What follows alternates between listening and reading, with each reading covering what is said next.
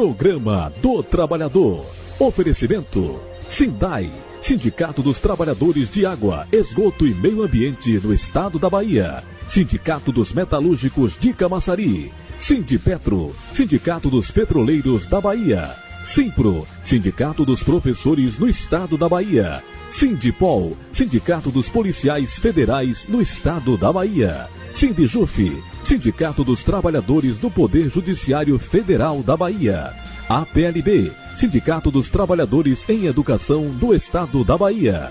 E Sinergia, Sindicato dos Eletricitários da Bahia. Programa do Trabalhador.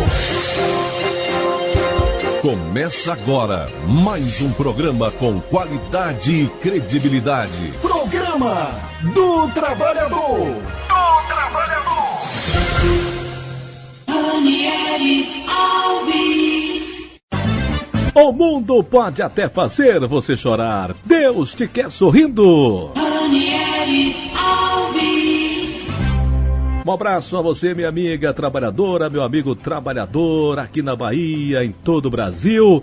Estamos iniciando mais um programa do Trabalhador e eu quero que você fique atento a toda a programação nossa de hoje, né? Os sindicatos que vão estar aqui trazendo as suas pautas, as suas reivindicações, e avisar que a partir de hoje estamos com o blog do trabalhador.com.br.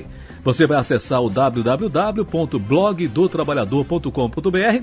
É o site do programa do Trabalhador, né? Porque aqui nós estamos todos os sábados, sempre reprisado aos domingos, mas durante toda a semana você vai poder acessar o blog do trabalhador.com.br e ficar por dentro do que está acontecendo em todos os sindicatos da Bahia, os principais sindicatos e aqueles que vão estar sempre trazendo informações e a gente destacando também no blog do Trabalhador. Então a partir de hoje tem colunistas, tem informações também no Brasil, no mundo, tudo lá no blog do trabalhador.com.br.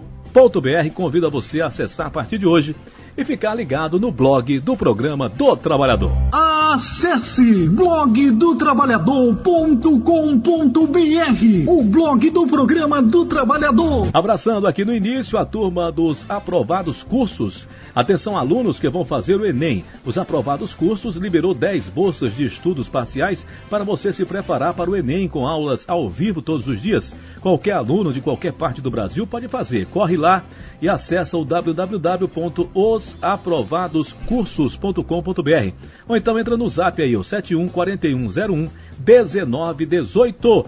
Um abraço à turma dos aprovados cursos. ID Idiomas, seu curso de conversação desde a primeira aula em Vilas. Fale espanhol, inglês e francês com segurança e rapidez. Telefone é o 982343278. 982343278. ID Idiomas fica em Vilas do Atlântico. Aqui um abraço ao amigo Filinto, Dona Wanda, todos ali no ID Idiomas em Vilas. Colégio Apoio Educação Infantil, Ensino Fundamental e Ensino Médio, você entre os melhores. Eu falei Colégio Apoio, fica em Vilas do Atlântico, ligue 33790191, 33790191, ou entre no site do colégioapoio.com.br. Também para a Confip, que é a assessoria contábil, ligue para o nosso amigo André Campos no 7133344345, 7133344345. Tem a melhor assessoria contábil na Confip, que fica ali na Vasco da Gama. Pet Tep, desde 2015, cuidando do seu amiguinho, tudo para o seu pet em um só lugar, ali em Vilas do Atlântico. pettep.com.br é o site para você acessar e ficar sabendo de tudo. Ou então ligue para 3369-1079, 3369-1079. Abraçando aqui a veterinária Sila, o veterinário Adriano, meu amigo Marcos, todos ali na Pet Tep em Vilas. Epic é inglês do seu jeito, fluência em menos de um ano, turmas reduzidas e aulas individualizadas, dia e hora que você puder. Atendimento é personalizado. Epic, formando fluentes em inglês. 33461045, 33461045. Epic fica na Pituba. Você está ouvindo Programa do Trabalhador. No programa do Trabalhador, eu vou destacar mais uma vez o Sindicato dos Metalúrgicos de Camaçari e vou conversar com o Júlio Bonfim, que é o seu presidente. Inclusive, o Júlio vai poder falar sobre o retorno da produção no Complexo Ford. Essa participação aqui está no Facebook do Júlio Bonfim e aconteceu no dia 17, agora na última quarta-feira, onde ele fala em relação à fábrica de motores que volta em julho, junto com o segundo e o terceiro turno.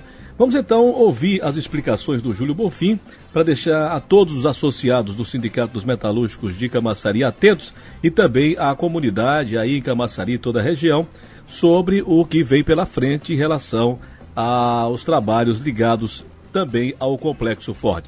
Júlio Bonfim aqui no programa do Trabalhador. Bom dia, companheiros e companheiras, trabalhadores e trabalhadoras metalúrgicas de Camaçari. Hoje é 17 de junho, quarta-feira de 2020, às 9h49 da manhã. Aqui quem fala é Júlio Bonfim, presidente dos Sindicatos Metalúrgicos de Camaçari. Companheiros, todos sabem a briga que nós temos tido com as empresas aqui na região. Uma das principais empresas é o Complexo Ford, onde não é só a Ford, mas mais de 32 empresas aí dentro, fora as terceirizadas também, muito importante para a categoria metalúrgica, parceiras e a própria montadora. Tivemos uma paralisação no dia 23, ação feita pelo sindicato, primeira montadora no Brasil a ser paralisada, as atividades. Vemos até hoje, com todas as paralisações totais, ou total, do primeiro, segundo e terceiro turno administrativo. Com isso, estaríamos com a programação de retorno no dia 2 de junho. Só que ainda existia alguns alinhamentos a ser feito na fábrica e solicitações que foi feito por parte do sindicato para ter a prevenção ou o máximo melhor de segurança que os trabalhadores poderiam ter para tentar adentrar as atividades de trabalho. Uma delas é ônibus com ventilação e janelas abertas, ventilação natural, termômetros. Pedimos oxímetro para medir a oximetria do trabalhador. O oxímetro não está na programação do Complexo Ford, não foi comprado. Máscaras também, proteção acrílica frontal, a forma do remanejamento do processo produtivo, a separação dos trabalhadores, a questão do refeitório, os boxes de separação para que cada um possa almoçar sem ter contato com o outro companheiro, nem secreções poder ser jogadas ao ar, ou pelo menos estar o máximo possível, ou na necessidade possível, separado um do outro. E isso foi tomadas as devidas providências por parte da empresa, menos oxímetro que não foi comprado, mais termômetros, aumento de álcool gel, máscaras, protetores individuais, acho que vai ter luvas em determinadas áreas, como vai ter determinadas áreas máscaras, determinadas áreas óculos e determinadas áreas proteção frontal. Isso vai depender da área do local. E a gente vem com várias discussões com a empresa no decorrer desse período de afastamento. Uma delas é como vai ser feito o processo de retorno. Lembrar aos companheiros o seguinte: o primeiro turno está retornando agora, dia 18, 19, que vai ser dia 18, que vai ter um curso de preparação e de proteção sobre a questão do combate ao coronavírus, dia 18 e 19. A produção estará para dia 22, na segunda-feira, onde a fábrica começa a produzir. Temos um problema seríssimo de redução de volume de produção, eu já sinalizei isso para vocês anteriormente. E isso é um sinal de alerta grave para todos nós trabalhadores, a queda do volume de produção, onde a fábrica sinaliza alguma coisa, um pouco mais de 130 mil carros. E temos também alguns problemas sobre como vai ser o futuro da gente no ano de 2020 e a nossa programação para 2021. A gente sabe que o acordo coletivo, sempre falo isso, onde tem a estabilidade coletiva de 4 anos, foi essencial para que o que a Ford já sinaliza de 950 a 1.050 trabalhadores que ela precisaria tirar agora, graças a Deus, com esse acordo coletivo, a gente está mantendo a empregabilidade. Mas existem várias discussões e várias interrogações. Existe possibilidade de abertura de PDV. Nós estamos discutindo isso. Como a empresa não pode demitir diretamente em massa, ela pode fazer abertura de programação de demissão voluntária. Estamos discutindo vários pontos, além de valores, aumentar um pouco mais esse valor, um valor mais expressivo, a possibilidade de colocar alguma coisa a mais sobre a questão do valor. A gente fez algumas sugestões, eu coloquei uma opção também, por que não a empresa colocar também um veículo na proposta de PDV? Isso está sendo analisado, veículo mais valor, mas não temos nada ainda definido, deixar claro para os trabalhadores essa possibilidade de PDV. E também temos um outro agravante muito importante, que é a continuidade desses trabalhadores no terceiro turno. Então, terceiro turno aí, existe uma possibilidade, repetir para os companheiros, ainda não tem nada confirmado, de ter uma suspensão do terceiro turno em torno de 90 dias.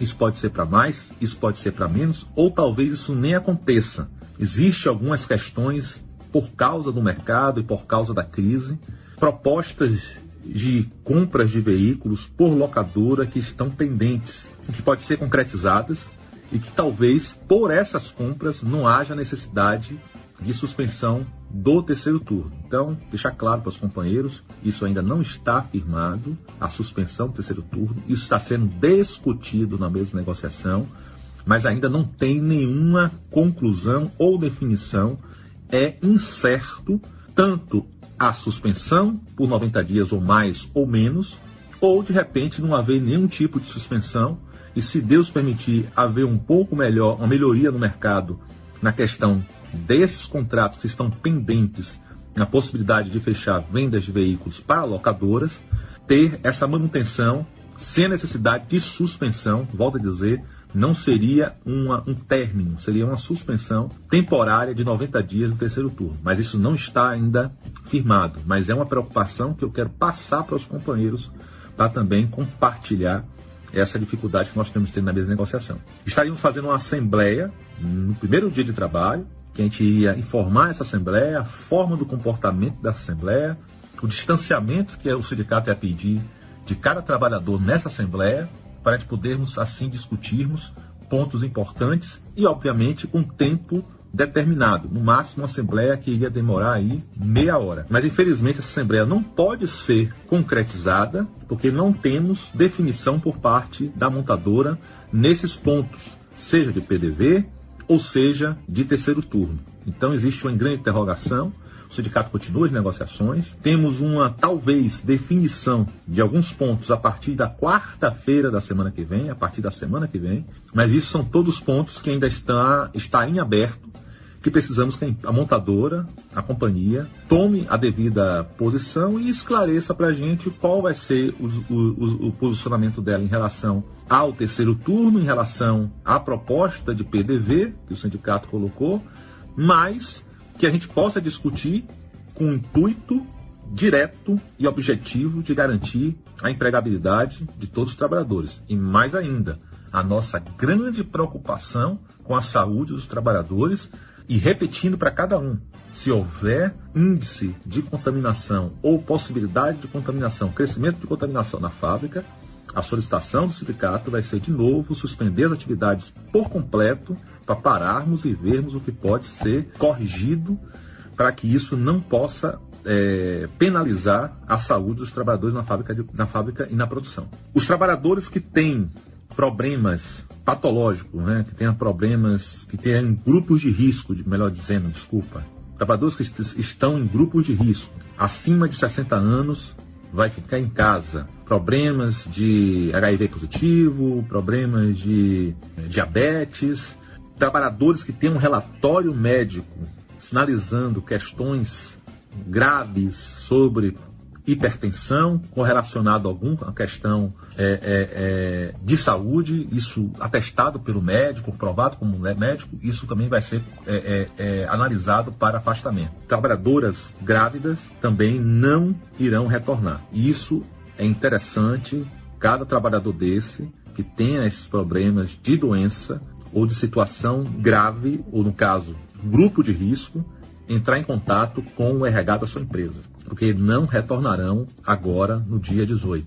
Deixar claro isso. Então a gente conseguiu afastar esses trabalhadores de grupo de risco por mais 30 dias, que vão estar entrando no mesmo processo, no caso agora vai receber como redução, como jornada reduzida.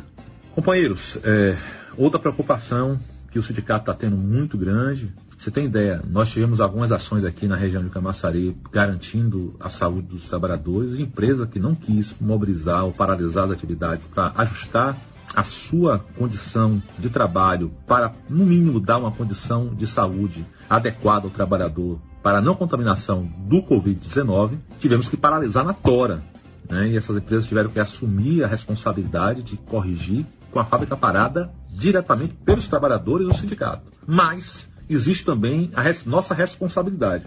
Não dá para nós estarmos em casa, fazendo grandes churrascadas, com muita gente, pessoas constantes entrando e saindo da nossa casa, sem nenhum tipo de filtro, e contaminações acontecendo também na nossa residência por negligência de nós mesmos. Então, essa participação da responsabilidade de contaminação pelo coronavírus é tanto da empresa como também de nós trabalhadores. Então, a gente tem que ter a responsabilidade social e saber que o que está acontecendo hoje é algo extremamente grave que pode acontecer no meio da nossa família. Eu já tive 4 experiências ruins de conhecidos, amigos e pessoas próximas que já foram contaminadas, entraram em UTI, graças a Jesus Cristo está saindo, e saíram alguns também, mas isso é uma responsabilidade que cada um de nós temos que assumir. E, infelizmente, a gente tem relatos de trabalhadores que às vezes não estão levando a sério esse papel e esse posicionamento. Então, pedimos essa responsabilidade de cada um,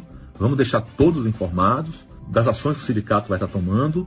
Semana que vem vamos estar tendo mais rodadas de negociação, ainda essa semana também vamos ter mais discussões com a Ford, mas precisamos da colaboração de todos nessa condição da prevenção contra o combate ao coronavírus.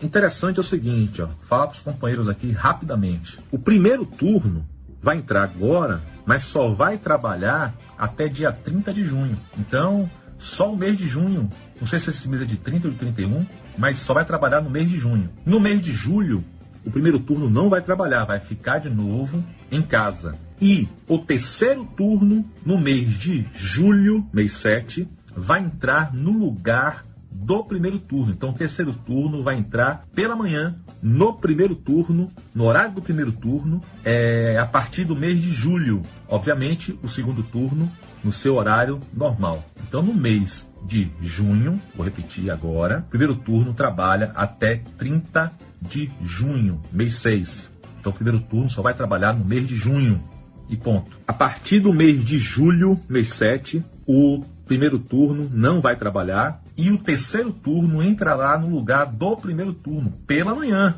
Isso foi discutido porque a empresa quer reduzir custos sobre o adicional noturno.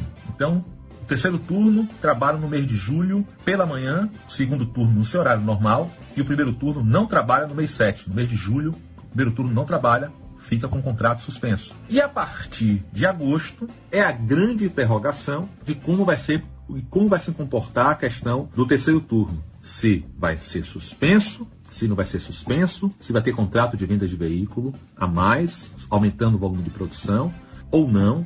E aí a questão do PDV, ou se vai ter PDV ou não vai ter PDV. Então, no decorrer do tempo, a gente vai continuar conversando e provavelmente a gente venha a ter a possibilidade de fazer uma assembleia. Então, eu queria aqui agradecer, estamos juntos, tranquilidade, não vamos entrar em desespero, paciência, o jogo é de xadrez contra uma ameaça invisível, que é esse vírus, e também contra essa articulação que está sendo feita, que o sindicato está intervindo para que não venha a haver demissão, graças a um acordo coletivo de estabilidade de 4 anos. Então, forte abraço, fique com Deus, estamos juntos e vamos à luta. E com vitória, em nome de Jesus. Bom, ouvimos mais uma vez Júlio Bonfim, que é o presidente do Sindicato dos Metalúrgicos de Camaçari, destaque no programa do Trabalhador e da Trabalhadora Brasileira. Acesse blogdotrabalhador.com.br, o blog do programa do Trabalhador.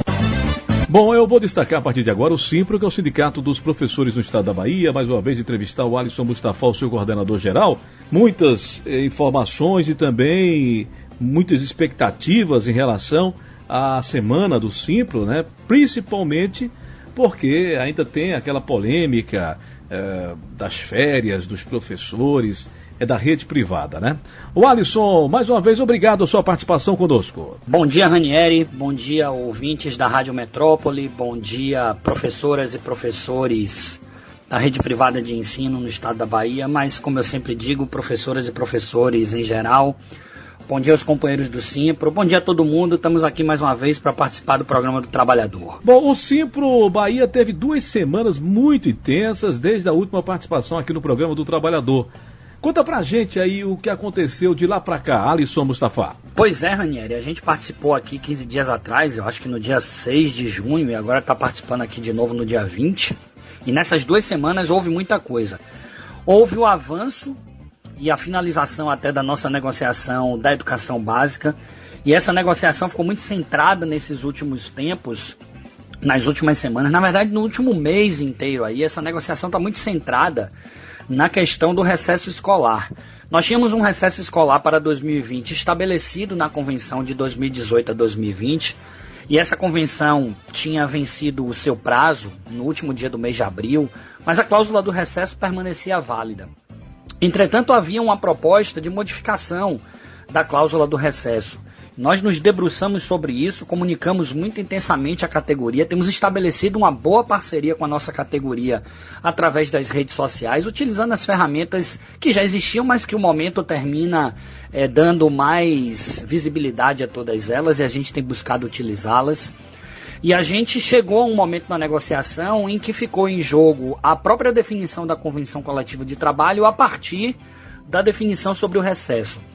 O Simpro apresentou uma ideia ao sindicato patronal no início das negociações, lá no final do mês de março, segunda quinzena do mês de março, e dali em diante, e sobretudo observando a continuidade da ideia do isolamento, necessária continuidade da ideia do isolamento, nós apresentamos uma ideia de que, diante de um trabalho muito grande que os professores estavam tendo, lidando com tecnologias para as quais muitas vezes não estavam preparados, lidando com tecnologias que às vezes nem tinham à sua disposição e que tiveram que se virar para tentar conseguir nesse momento, para poder dar conta do trabalho, lidando com uma série de coisas além da própria dificuldade que a pandemia traz, o cuidado com a casa, o cuidado com os parentes, o medo de adoecer, todos os impactos que isso traz na nossa saúde física e mental.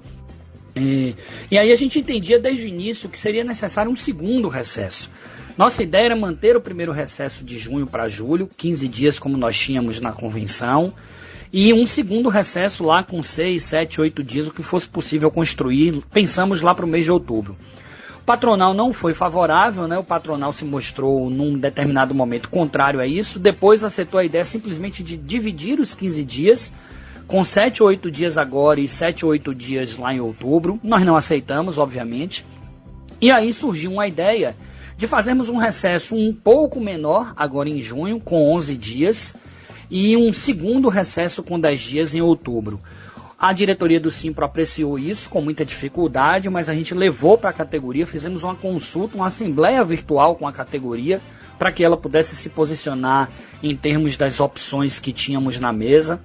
Mais de 1.400 professores preencheram o formulário e responderam. A gente teve uma adesão muito positiva e nós encaminhamos ao sindicato patronal que houve uma aceitação da proposta de haver uma divisão do recesso, com uma parte agora em junho, que começou agora no dia 18, quinta-feira, e vai até o dia 28, um domingo, e com uma segunda parte, que para nós é muito importante, um segundo momento de descanso, de respiro, para nós, para os alunos, para as famílias, que vai acontecer no mês de outubro, começando no dia 9 de outubro e terminando no dia 18 de outubro. São mais 10 dias no mês de outubro. Então nós saímos de um recesso que a rigor tinha 15 dias convencionado para um recesso que passa a ter neste ano, por conta dessa excepcionalidade, 21 dias. E para um segundo descanso garantido para os professores. E além disto, além da questão do recesso, isso nos levou a fechar a convenção coletiva de trabalho, que é a coisa mais importante que a gente tinha em disputa nesse momento. Bom, explica também aí para os professores, né, professor, professora, o que é uma convenção coletiva e qual a importância dela para a categoria profissional? Olha, Ranieri, essa é uma pergunta bastante oportuna, né? Porque uma das grandes tarefas que nós temos tido na interação com a categoria é exatamente de mostrar a importância da convenção coletiva de trabalho, né? O que é uma convenção coletiva de trabalho? É um instrumento estabelecido pela legislação trabalhista que é negociado entre as partes interessadas, portanto, entre empregadores e empregados numa determinada categoria profissional, e que esse instrumento, o que ele convenciona, tem peso de lei, tem força de lei. Então, na verdade, como a legislação trabalhista, ela tem, obviamente, suas limitações, porque são muitas as categorias profissionais, e cada uma delas com suas especificidades, nós temos na legislação trabalhista capítulos que são muito específicos dos professores, mas, obviamente, a dinâmica das relações, aquilo é insuficiente, aquilo é uma regra geral, importante, mas é insuficiente para dar conta das questões que são próprias da categoria e próprias de cada lugar. Porque aqui na Bahia a gente tem São Paulo, Rio de Janeiro, todos os estados têm uma ou mais de uma convenção, porque às vezes há mais de um sindicato representando patrões e empregados. Então a convenção coletiva de trabalho, ela atende mais diretamente à realidade da categoria. E repito, ela tem força de lei. Então é como se nós produzíssemos na convenção coletiva de trabalho uma extensão da legislação que abriga aquela categoria. Por si só, isso já demonstra a importância de uma convenção coletiva. No nosso caso, para nós que somos professores, a nossa convenção coletiva ela é fruto de uma luta histórica da categoria, capitaneada pelo sindicato na construção desses direitos. E muitas vezes o trabalhador é abrigado por aquele direito, não se dá conta da importância que ele tem e de como ele foi construído, às vezes fica achando que é bondade do patrão. Por exemplo, reajuste. Nós decidimos nessa convenção coletiva, por conta da crise do momento, que reajuste a gente só vai discutir quando voltarmos às aulas presenciais. Não havia nenhuma condição, nenhum clima de discutir reajuste neste momento. Mas reajuste não é uma obrigatoriedade do patrão. Não existe lei que obrigue a haver reajuste anualmente. Não há gatilho, como houve no passado. Reajuste é fruto de livre negociação. Todos os anos o Simpro consegue reajuste para os seus trabalhadores, para os professores que ele representa. Isso não é bondade do patrão, isso é trabalho do sindicato com apoio da categoria. A nossa convenção coletiva estabelece, por exemplo, a cláusula importantíssima da ajuda escolar, a chamada Bolsa de Estudos. Já tivemos no passado 100%, perdemos isso. Hoje temos 85% de desconto para o primeiro filho de um professor, 75% de desconto para os demais. As escolas podem dar mais, podem dar bolsa integral se quiserem, e a gente inclusive incentiva. Mas o que é conquista do sindicato? A garantia da bolsa, a garantia da ajuda escolar. Isso não é bondade do patrão. Isso é conquista da luta sindical, isso é conquista da luta dos trabalhadores. A gente tem regulação sobre reuniões com pagamento de hora extra. A gente tem na nossa convenção regulação sobre o pagamento de segunda chamada e de recuperação. A gente tem lá regulação sobre o pagamento de horas de janela. A gente tem lá regulação sobre o pagamento por formação do professor, pós-graduação, mestrado, doutorado, que recebem um percentual a mais, regulado pela convenção coletiva. O próprio recesso não é uma bondade do patrão, é um direito conquistado na convenção coletiva. Então são muitos os instrumentos e os direitos constituídos na convenção que são fruto da luta do sindicato, da incansável luta do sindicato que está aí caminhando para fazer 60 anos nos próximos anos, e da categoria. E a categoria precisa ter consciência disso. A convenção coletiva de trabalho é o mais importante que uma categoria tem. E isso é uma conquista do sindicato com a própria categoria fazendo parte dessa luta. E isso tem de ser valorizado. Estou entrevistando o Alisson Mustafa, coordenador-geral do Simpro Bahia. Ontem o Conselho Estadual de Educação teve uma reunião para discutir sobre o retorno das atividades presenciais nas escolas. E o Simpro Bahia participou como convidado. Qual a posição do sindicato sobre esse tema? É verdade. O Simpro tem assento no Conselho Estadual de Educação. Nós temos um diretor nosso, professor Francisco Pedro, que é diretor do Simpro e que é conselheiro do Conselho Estadual de Educação. E o Conselho nos chamou para uma reunião que justamente visava discutir essa questão dos protocolos, das ideias que circulam a respeito do retorno às aulas presenciais, quando eles ocorrerem, obviamente. Isso não é uma discussão para algo que vai acontecer no aqui e agora, mas uma discussão que já projeta cenários para o futuro. Eu não participei, por exemplo, dessa reunião, mas um diretor nosso lá da seção de Feira de Santana, o professor Jorge Carneiro, participou pelo Simpro, levou a posição do Simpro para essa reunião. A gente já recebeu, obviamente, todo o resumo da reunião, e é importante dizer isso. De que maneira o Simpro se posicionou relativamente a este tema, né? Primeiro, da importância, e eu já discuti aqui, inclusive a Prefeitura de Salvador tem discutido protocolos aí, e o Simpro não tem participado, não tem sido chamado para essa participação, que é um erro, porque eu chamei a atenção aqui em nome do sindicato que os atores deste processo precisam participar. E quem são os atores desse processo? Os empregadores, o serviço público, porque quando a gente fala de prefeituras e governo de estado, eles são responsáveis pelo serviço que eles também oferecem em educação. Mas na esfera privada, nós temos os representantes das escolas, e a gente compreende que quem deve representar as escolas é o sindicato que as representa, no caso das escolas privadas, é o Sinep Bahia. Do mesmo modo que os trabalhadores, né, os servidores que lá estão, os funcionários, etc., têm seu sindicato próprio, sua representação própria, os técnicos administrativos que têm representação própria, os professores, no nosso caso, que temos representação própria. Nós, inclusive, representantes, membros das famílias e dos alunos, porque também são atores deste processo. Então a gente entende que num processo democrático, o mais amplo possível, todos os atores que estão envolvidos com aquela situação precisam ter participação garantida. O Simpro participou, o Simpro expressou qual é a sua preocupação, e eu diria que em linhas gerais que a preocupação do Simpro é, primeiro, não haver pressa. Segundo, enquanto nós estivermos em curva ascendente de contágio e de mortes, ou seja, com crescimento ainda de contágio e de morte, nem pensar em voltar à atividade presencial. Nós não somos loucos, não somos irresponsáveis. Escola por si só é uma atividade que produz aglomeração. Você entra numa sala de aula de escolas bem estruturadas e você tem lá ambientes em que circulam no mesmo espaço, com 20, 30, 40 metros quadrados, 40, 50 pessoas que passam uma manhã toda ali dentro. Em escolas menos estruturadas, isso é ainda pior. Então a gente não tem nenhum compromisso com voltar às aulas imediatamente. Não podemos ter. Nosso compromisso é com a vida, é com o bem-estar, é com a saúde de todos os envolvidos, que obviamente inclui os professores.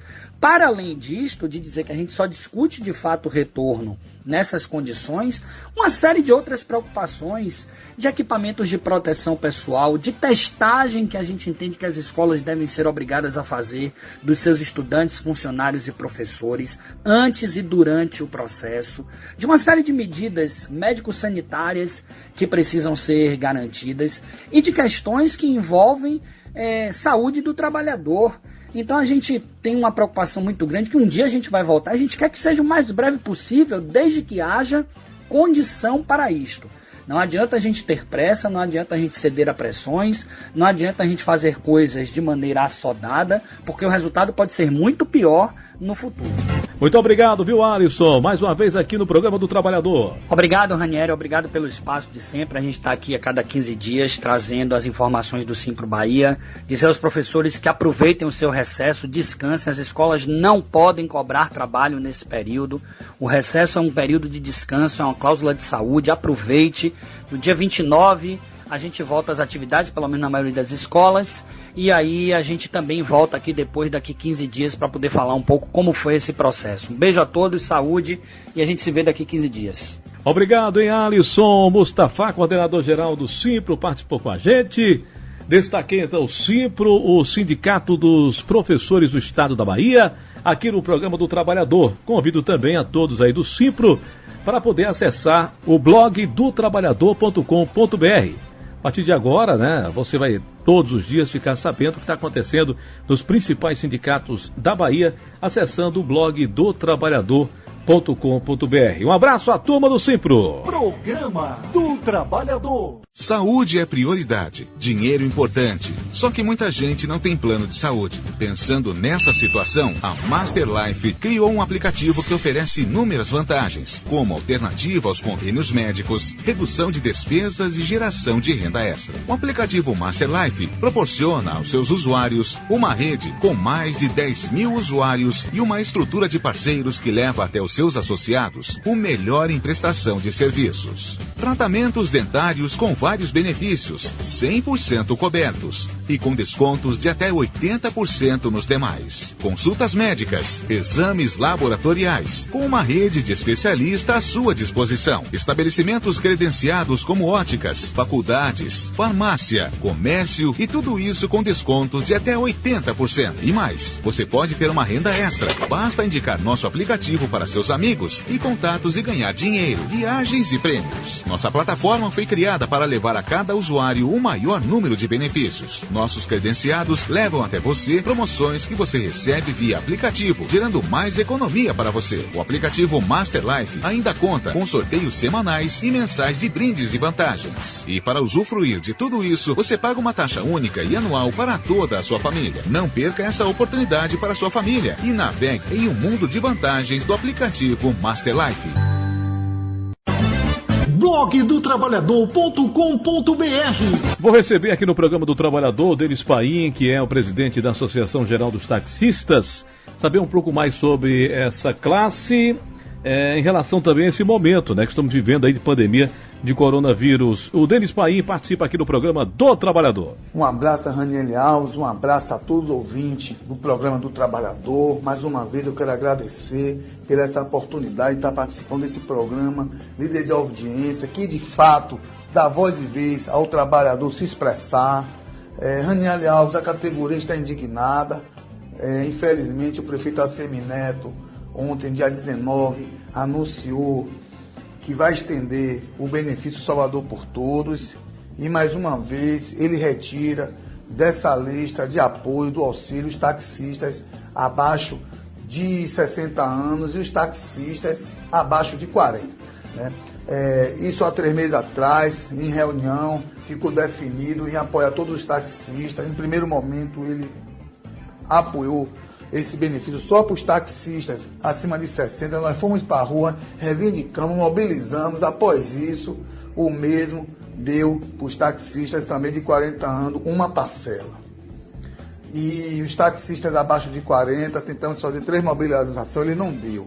Em reunião, entendimento, com assessoria do prefeito, ficou dele anunciar hoje os auxílios para os taxistas. Então, enfim, uma inversão de valor muito grande. Todos os taxistas têm o mesmo compromisso, pagam imposto. Então, enfim, a categoria está indignada e estamos aguardando até segunda-feira um posicionamento dele, convincente para a categoria, justo, que seria justo. Caso não tiver êxito, a categoria vai voltar para a rua e vai voltar a fazer a sua mobilização ordeiramente, como sempre nós fazemos, respeitando o decreto federal, estadual e municipal, mas nós vamos para a rua. A categoria não aguenta. Ele diz que o taxista que tem abaixo de 60 não está na área de risco, mas tem taxista de 25 anos aí também que morreu por causa do Covid. Nós temos hoje 20 taxistas mortos pela Covid, nós temos hoje 53 taxistas internados e 260 taxistas em orientação médica, fica em casa em quarentena. Então, ou o taxista sai para trabalhar e morre de Covid, ou morre dentro de casa de fome. Então a categoria, a Associação Geral dos Taxistas, já está mobilizando. Vamos, com certeza, até segunda-feira, não tiver posicionamento, a categoria vai se mobilizar e vamos estar fazendo uma grande mobilização na próxima quarta-feira. Daí então, ouvimos as reivindicações da AGT, Associação Geral dos Taxistas, aí com o presidente Denis Paim, que pôde também fazer as suas colocações em relação aos problemas ligados a essa classe trabalhadora. Aqui no programa do Trabalhador e da Trabalhadora Brasileira. Programa do Trabalhador. Mensagem de Gregório Rocha, coordenador-geral do SINDAI. Olá, amigo ouvinte, tudo bem? Visando atenuar os efeitos da pandemia do coronavírus para a população de baixa renda, a Embasa passou a isentar do pagamento das contas de água, desde o mês de abril, as pessoas inscritas na tarifa social, que tem consumo inferior a 25 metros cúbicos por mês, beneficiando cerca de 860 mil pessoas em todo o estado. O abastecimento de água é um serviço essencial e indispensável para a higiene da população. Por isso, essa medida é muito importante e só foi possível porque a Embasa é uma empresa pública, com mais de 99% de suas ações pertencentes ao povo da Bahia. A Embasa precisa continuar sendo pública, por isso somos contra a abertura de capital da empresa. Água não rima com lucro, por isso a abertura de capital da Embasa é um crime contra o povo da Bahia. Um abraço a todos os ouvintes da Metrópole FM. SINDAI, Sindicato dos Trabalhadores em Água, Esgoto e Meio Ambiente do Estado da Bahia. E dando continuidade aqui no programa do Trabalhador, eu abraço a todos no Sindipetro, Jairo Batista, o coordenador geral, o Sindipetro, o Sindicato dos Petroleiros do Estado da Bahia. E vamos destacar mais uma vez aqui no programa do Trabalhador. Já também agradeço a todos aí do Sindipetro, David Bacelar, né, e todos os coordenadores e demais coordenadores. Daqui a pouco eu vou ouvir mais uma vez o Radiovaldo Costa, que é o coordenador de comunicação, dizer a todos vocês que o blog do trabalhador.com.br já está então ativo, né? E esse é o blog do programa do Trabalhador, que vai estar diariamente destacando o que está acontecendo aí nos principais sindicatos da Bahia. E vamos estar também focados, ligados aqui no nosso programa e colocando todas essas informações diariamente no blog do Trabalhador, que vai ter colunistas. Vai ser bem interessante porque vamos poder fazer uma revista eletrônica ligada aí aos principais sindicatos da Bahia, onde diariamente vocês vão poder ficar sabendo de tudo que está acontecendo em apenas um único canal. E eu vou começar mais uma vez com o Radiovaldo Costa, coordenador de comunicação do Sindipetro. Muito obrigado pela tua participação conosco aqui no programa, Radiovaldo. Olá, Ranieri, bom dia a todos que estão aqui nos acompanhando mais uma vez na Rádio Metrópole, aqui o programa do Trabalhador com você, Ranieri. Sempre uma satisfação estar aqui em nome da diretoria do Sindipetro Bahia, em que aproveito para mandar um abraço especial para toda a categoria petroleira que com certeza nos acompanha agora ao vivo aqui na Rádio Metrópole. Ô Radiovaldo, como é que andam esses índices aí de contaminação do coronavírus nas unidades da Petrobras na Bahia e também no Brasil? Ranieri, continuamos aí com esse dilema da pandemia, né? Com essa preocupação da pandemia, não só em todo o Brasil, na Bahia, né? Nas cidades, por conta desse momento de pico que estamos chegando. Ontem, sexta-feira, lamentavelmente, o Brasil ultrapassou a marca de 1 milhão de contaminados. É o segundo país do mundo a ultrapassar essa marca de 1 milhão, superada apenas pelos Estados Unidos. E isso, naturalmente, traz muita preocupação para a população. E não é diferente nas empresas, né? No segmento produtivo, no segmento essencial, trabalhadores e trabalhadoras que continuam trabalhando até para manter abastecimento de algo que seja fundamental para a sociedade, como é o caso dos combustíveis e o caso da Petrobras. Também para nós, dirigentes sindicais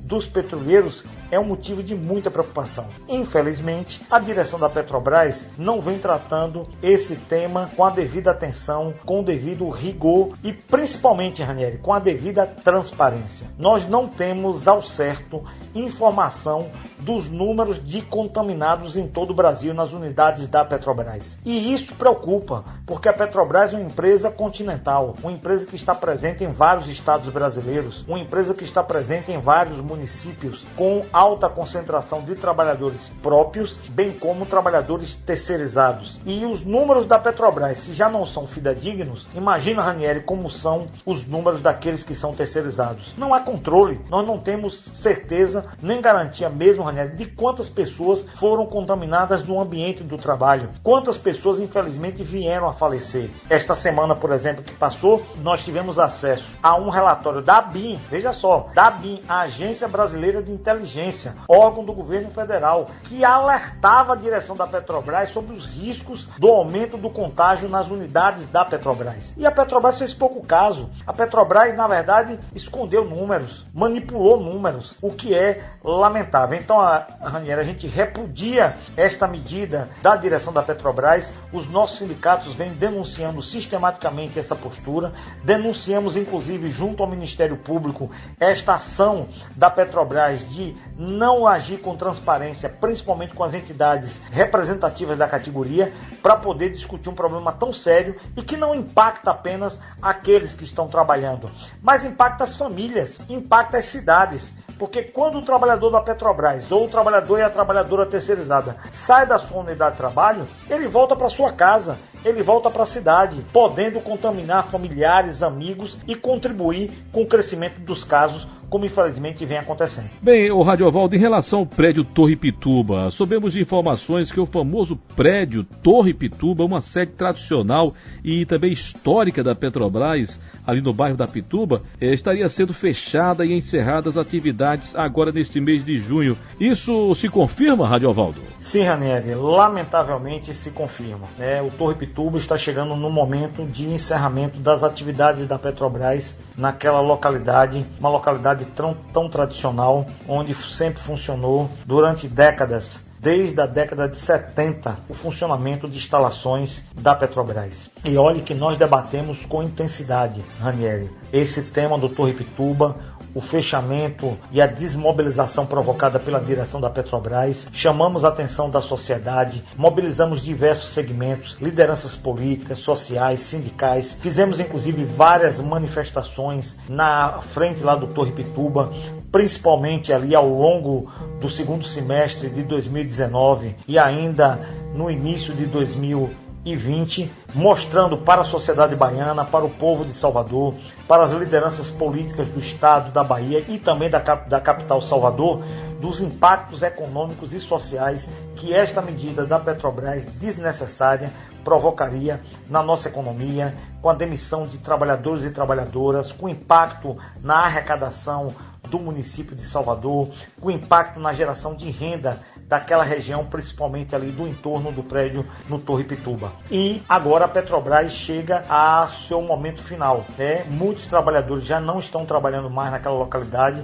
Tivemos um grupo que foram transferidos para outros estados, principalmente São Paulo, Rio de Janeiro, Espírito Santo. Tivemos também um grupo significativo que foi transferido para trabalhar na unidade da Petrobras em Taquipe, no município de São Sebastião do Passé, a cerca de 70 quilômetros de Salvador, que estão lá agora trabalhando naquela localidade, e os últimos trabalhadores e trabalhadoras que lá se encontram estarão neste momento se desligando, se afastando daquela unidade. Muitos também, Ranieri, foram aposentados, se aposentaram os da Petrobras. Com relação aos terceirizados, aí a história é outra. Nós tivemos muita demissão, tivemos muitos trabalhadores e trabalhadoras que foram demitidos. Essa semana agora que passou, cerca de 50 a 60 trabalhadores foram demitidos no Torre Pituba. E outras demissões ocorrerão, já que esse contingente final praticamente fechará o prédio, as instalações ali localizadas também acabarão sendo demitidos. Então isso é muito ruim para a Bahia, isso é muito ruim para Salvador, isso é muito ruim para a Petrobras. Mas, infelizmente, com a atual direção da Petrobras, com a atual direção da empresa,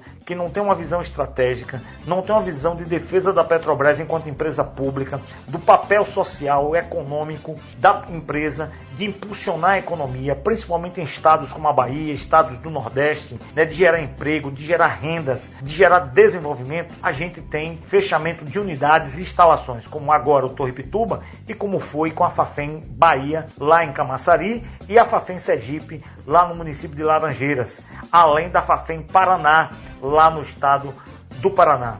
Unidades fechadas, trancadas, Ranieri, com cadeado, sem produzir mais nada, provocando demissão de milhares e milhares de trabalhadores. Não é possível que a população não entenda o que está acontecendo por trás deste governo que está. Porque é o governo que controla a Petrobras, é o governo atual que indicou esses gestores para a Petrobras. E esses gestores, em vez de mobilizar a Petrobras para ser um instrumento de combate a essa crise econômica que está, gerar emprego, fortalecer a nossa economia, trabalham no inverso. Trabalham jogando ainda mais para baixo a economia brasileira, aumentando ainda mais o nível de desempregado, não só em Salvador, não só na Bahia, mas em todo o Brasil. Então aqui o nosso repúdio a essa medida da direção da Petrobras em fechar o Torre Pituba, em desempregar milhares e milhares de trabalhadores e trabalhadoras e não garantir a permanência dessa empresa que nasceu no nosso estado, tão querida do povo baiano. Estou entrevistando o Radiovaldo Costa, que é coordenador de comunicação do Sindipetro Bahia. O Radiovaldo, o presidente da Petrobras, anunciou essa semana que poderá deixar boa parte dos trabalhadores, no caso, trabalhando em casa, né? É que os sindicatos pensam sobre esse posicionamento do presidente da Petrobras, o Castelo Branco. Ranieri, é mais um absurdo da direção atual da Petrobras. Isso tem um objetivo claro, né? É buscar ridicularizar os trabalhadores da Petrobras e trabalhadoras em todo o país. É tentar passar uma imagem para a sociedade de que tem trabalhador demais, que tem trabalhador excedente, que tem trabalhadores que são dispensáveis do processo produtivo, e esses trabalhadores podem simplesmente, Ranieri, trabalhar em casa. Isso também é para afetar, atingir psicologicamente o estado emocional desses trabalhadores e trabalhadoras. Então nós não concordamos com esse tipo de postura, principalmente porque a direção da Petrobras, mais uma vez, toma uma decisão como essa, ou decide buscar implementar uma medida como essa, sem nenhuma discussão com as entidades representativas da categoria. A categoria da petroleira não é uma categoria cão sem dono. A categoria petroleira é uma categoria de luta que tem história, tem tradição e tem entidades sindicais consolidadas, representativas e de história. Então, nós não vamos aceitar isso. Inclusive, Ranieri, fiz uma nota sobre essa situação e me senti muito honrado de poder publicar esse artigo em uma coluna no blog do Trabalhador, que está começando a ser vinculado agora, e a gente chama as pessoas para que acessem esse blog, um blog que vai estar lá com informação, um blog que vai poder transitar com uma série de situações de interesse da classe trabalhadora como um todo, e não só dos petroleiros, e isso é fundamental nesse momento de pandemia, de a gente ter informação de qualidade, fidedigna, e desse blog que com certeza terá uma tradição de história. Então quero ali lhe parabenizar e ao mesmo tempo chamar a categoria petroleira, os ouvintes do programa do Trabalhador, a acessar o blog do Trabalhador. Tem lá uma nota nossa, um artigo nosso falando sobre isso, e estaremos periodicamente colocando a nossa posição sobre temas de interesse da categoria petroleira, bem como da classe trabalhadora. Ranieri, grande abraço, sucesso sempre, sucesso aí no blog do Trabalhador. Um abraço a você que está em casa até aqui. Se cuide, se proteja, isolamento social, vamos vencer o coronavírus e até a próxima oportunidade. Então destaquei o Sindipetro, o Sindicato dos Petroleiros do Estado da Bahia, aqui no programa do Trabalhador. Acesse blogdotrabalhador.com.br, o blog do programa do Trabalhador. Vou destacar agora no programa do Trabalhador o Sindipol, Sindicato dos Policiais Federais do Estado da Bahia, entrevistar mais uma vez o seu presidente, José Mário Lima, que está conosco. Grande abraço a você, José Mário. Os policiais federais ainda não têm uma lei orgânica. Essa é uma luta diária da categoria. Então, quais são os maiores impeditivos para isso ocorrer, Zé Mário? Olá, Ranieri.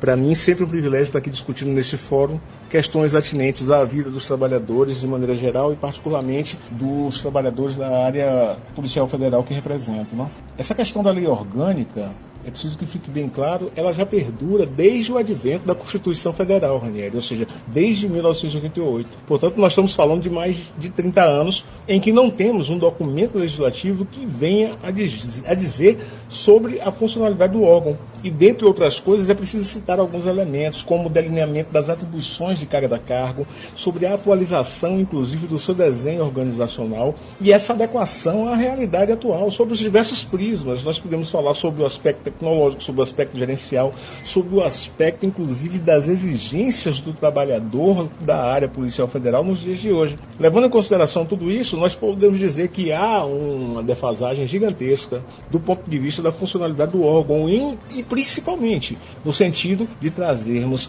com isso, melhor respostas à sociedade do ponto de vista do trabalho, do desempenho da instituição. Essa situação ela tende a mudar na medida em que nós fizermos o dever de casa em relação à reestruturação da segurança pública de maneira geral e particularmente do Departamento de Polícia Federal. Não vejo como fugirmos dessa discussão por mais tempo. Evidentemente que nesse ambiente adverso que nós estamos vivendo, por essa situação atípica envolvendo a questão de âmbito mundial, essa questão sanitária, não se pode discutir em nível presencial ainda esse tipo de coisa. Mas os problemas se agigantam do ponto de vista da necessidade do sistema constitucional de segurança pública como um todo. Nós dizemos o que as polícias precisam fazer, como elas devem ser estruturadas, sobretudo o profissional de polícia, desenhar esse cargo, dizer exatamente como ele deve estar adequado para os dias de hoje, para as demandas da sociedade brasileira nos dias de hoje, algo que se faz imperativo. O quanto antes fizermos isso, estaremos construindo, sim, degraus importantes numa escada rumo a um combate efetivo da violência e da criminalidade pelos diversos setores do sistema constitucional de segurança pública, particularmente das polícias, mais particularmente ainda no caso específico do Departamento de Polícia Federal. Não dá para continuarmos nessa perspectiva por mais tempo. A meu ver, é algo que depõe necessariamente ao investimento da sociedade, porque a sociedade precisa de um tratamento do ponto de vista da segurança pública adequado à atualização dessas demandas. A bandidagem ela se modernizou, entre aspas, falar de bandidagem modernizada parece até algo um tanto estranho, mas a gente tem que dizer que o crime, ele tem funcionalidades, ele vem modificando-se e, sob esse aspecto, vem se profissionalizando, entre aspas. É um absurdo dizer dessa forma, mas é verdade. Não podemos fechar os olhos para esse tipo de coisa e de tal sorte que não vamos aguentar por mais tempo. Precisamos, sim, reformular as estruturas de segurança pública constantes no texto da Constituição Federal. No caso específico das polícias, de uma forma com um pente fino, para que venhamos a construir algo que tenha consistência no mais longo prazo, passado esse momento que nós estamos vivendo, que é um momento atípico, esse momento da pandemia. Bom, vamos falar um pouco aí sobre o futuro, né? José Mário Lima, como seria a implementação de um modelo de segurança pública que seja mais eficiente, inteligente e ágil, que tanto o sindicato almeja? Excelente, Ranieri, esse gancho que você colocou, porque vai na linha do que já estávamos discutindo sobre lei orgânica. O que é que nós podemos imaginar como seria o futuro? Fica difícil, nós não temos uma polícia dos sonhos, nós temos a realidade gritando que o que aí está não tem condição de prosperar sob o aspecto dos resultados que são encontrados ano após ano como performance do aparelho policial. Sob esse prisma significa dizer que o que aí está não pode, de maneira alguma, ter condições mínimas de efetividade e continuidade no médio e no longo prazo. No curto prazo, necessariamente a gente vai ter que aguentar, porque reformas estruturais ela demandam um determinado tipo de maturação do ponto de vista das discussões legislativas, no ambiente à volta. Discutirmos os diversos atores envolvidos dentro da sociedade civil organizada, para, através do recebimento das demandas, dos principais dados agregados que tenhamos em relação ao problema da segurança pública, termos, ao fim de todo esse tempo de discussão, a possibilidade de implementar mudanças. Agora, necessariamente passa por problemas de perfil profissiográfico, da mudança do profissional que é demandado do profissional de polícia, no caso, e passa pelo desenho organizacional das estruturas policiais. E nesse aspecto aí, evidentemente, que coisas que já existem há muito tempo nas polícias mais desenvolvidas do mundo têm que ser colocadas aqui para se discutir na mesa, sim. A questão do ingresso único, da carreira única, o ciclo completo de polícia, urge que venhamos a discutir esse tipo de situação em todos os segmentos da sociedade civil organizada. Entenderem que nossa polícia, por melhor que ela trabalhe, qualquer delas ainda trabalha muito mal ante os padrões de desempenho que são ofertados mundo afora, comparando com o que nós temos aqui. A realidade dos números, elas gritam. Você pega os dados do Atlas da Violência, pega os dados do Fórum Brasileiro de Segurança Pública, pegue todos os dados quantificando a situação da violência nos mais diversos tipos de modalidades criminosas, e nós temos condições de dizer que o que está aí precisa necessariamente de uma reciclagem, de uma reformulação, maior do que isso, uma reestruturação por completo.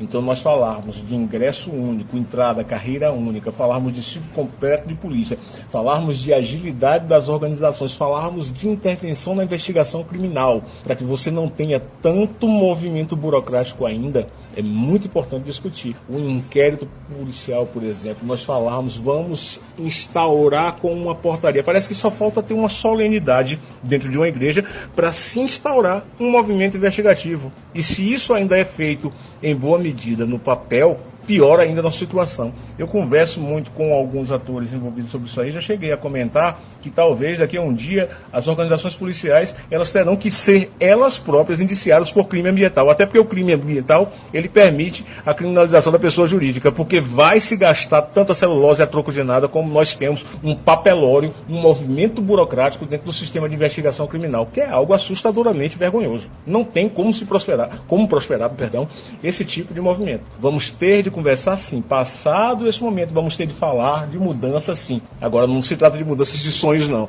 é a realidade se impondo, Ranieri, e dizendo, precisa se modificar. Ponto. Estou entrevistando José Mário Lima, que é presidente do Sindipol, Sindicato dos Policiais Federais do Estado da Bahia.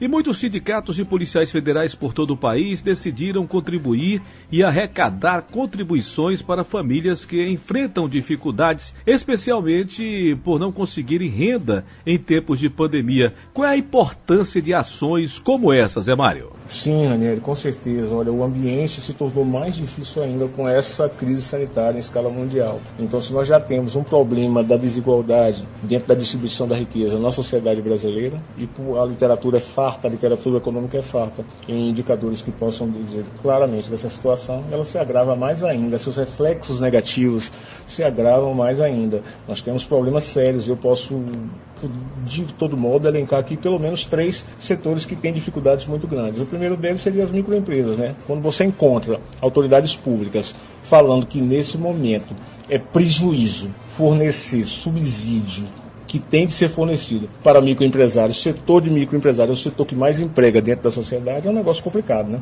Do ponto de vista dos trabalhadores, com a questão do desemprego, e nós temos a questão da informalidade também, nós estamos falando de um outro setor que é extremamente impactado por coisas como essa pandemia, e de uma forma intensa. E mais ainda, por último, nesse rápido elenco, nós temos de falar dos socialmente mais vulneráveis, né? Do ponto de vista dos moradores de rua, daqueles que precisam de apoio e de amparo social, justamente por se colocarem à margem dentro da situação social em que vivemos. E nessa direção, um trabalho de solidariedade, ele se torna a palavra de ordem. A solidariedade tem de vir sobre as mais diversas ações. Acredito, inclusive, que é bom deixar claro, não se trata de fazer propaganda de instituições, de sindicatos em relação a isso, porque não importa. O que importa e é fundamental é que o intuito de solidariedade ele se espalhe para além do nome de quem está fazendo o quê. É preciso mais do que isso se entender que a propaganda nesse momento ela é absolutamente desnecessária. O que é bom ser colocado é um exemplo a ser seguido. E seja a instituição que for, seja instituição sindical, seja de confederação, federação, de qualquer categoria profissional ou econômica, não importa, mas que faça alguma coisa no sentido de trazer mais exemplos dessa natureza para que mais ações possam se voltar para essa clientela hipossuficiente. Nesse sentido, qualquer ação é válida e não podemos nos afastar disso aí como instituição, como profissionais, como cidadãos, como pessoas humanas lutando e defendendo pela continuidade das vidas humanas. É nessa direção, Ranieri, e fiquemos todos cientes de que vai passar. Com certeza vai passar. O amanhã já pode se imaginar um novo normal. Esse novo normal incluirá a possibilidade de se viver socialmente, aprendendo com o que aconteceu, mas, sobretudo, tentando construir novos momentos de nossa história na vida humana. E gostaria de finalizar, como sempre, Ranieri, lembrando que se você puder ficar em casa, não saia. E se você tiver de sair, use máscara o tempo todo, volte o quanto antes. Vai passar, mas ainda não passou. Um grande abraço, Ranieri. Bom, agradeço mais uma vez José Mário Lima, presidente do Sindipol. Eu destaquei o Sindicato dos Policiais Federais no Estado da Bahia, aqui no programa do Trabalhador. Acesse blogdotrabalhador.com.br, o blog do programa do Trabalhador. E para falar de direito, eu vou ouvir Clérison Amorim e pergunto a você, qual é a sua dica para o trabalhador nesse dia, Clérison? Olá, Ranieri. Bom dia. Um grande abraço a você, um abraço a todos aqui do programa do Trabalhador.